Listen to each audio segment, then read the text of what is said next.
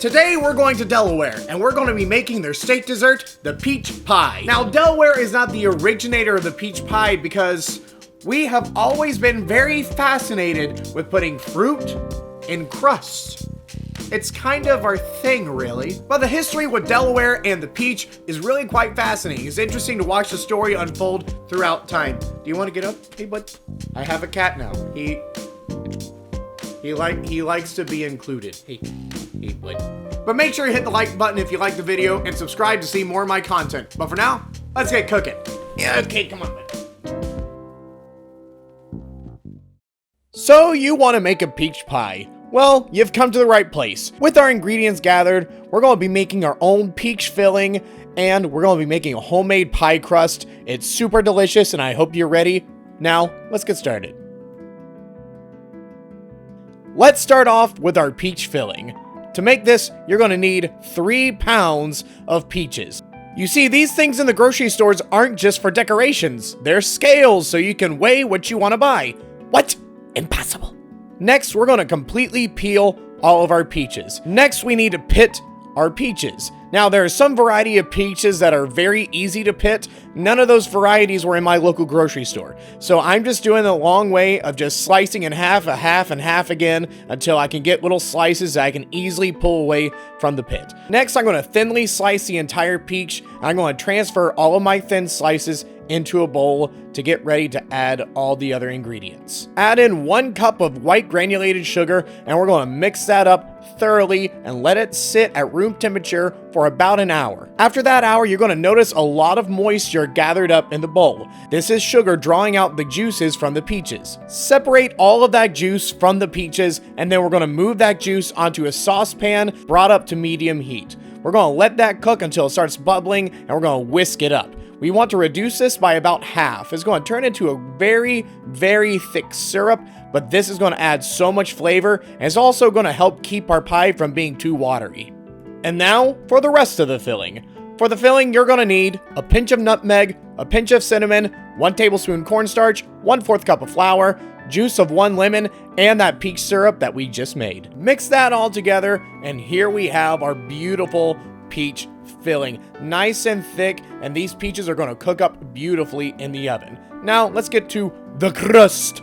For this crust, you're going to need 400 grams of all-purpose flour, 8 grams of fine sea salt, 15 grams of white sugar, 1 cup cold unsalted butter. Make sure to cut that butter up into evenly sized squares that we are then going to add to the flour mixture, pinching the butter into the flour to make it nice and crumbly. Mix in 1/2 cup of cold water and bring it together until it forms a very shaggy dough. It just needs to stay together. Do not overwork this. We do not want the butter to melt while working with this.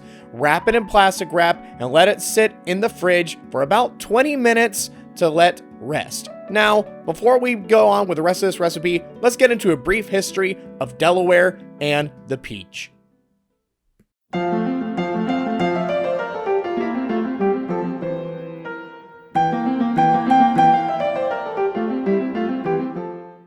The linked history of peaches in America and Delaware is a pretty interesting thing.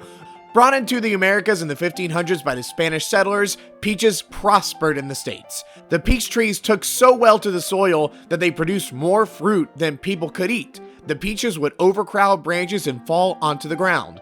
The native tribes actually played a big role in spreading the peach tree to other areas in America. But in Delaware, peaches became so plentiful that by the 1600s, farmers were using peaches to feed their pigs. What a peachy life for these piggies. By 1875, Delaware was a leading provider of peaches for the country. Delaware would produce 6 million baskets of peaches. Each basket is approximately 25 pounds of peaches. So that's 75,000 tons of peaches produced. However, this success story was destroyed by a blight that wiped out many orchards in Delaware in the 1900s, and they haven't quite recovered. After World War II, they managed to recover a bit, but they never achieved the top spot for peach production. Peaches have remained an important part of Delaware's identity. The only threat facing the peach orchards now is the brown marmorated stink bug. I'm sure it'll be fine. The peach blossom is the state flower, and today's recipe, the peach pie, is the state dessert. It was named the state dessert in July of 2009. It was a suggestion made by the 5th and 6th graders of St. John's Lutheran School in Dover, and the state took the suggestion and officially made it the state dessert July 30th, 2009. But that was only a brief history of Delaware and the peach pie. Now, let's get back to the recipe.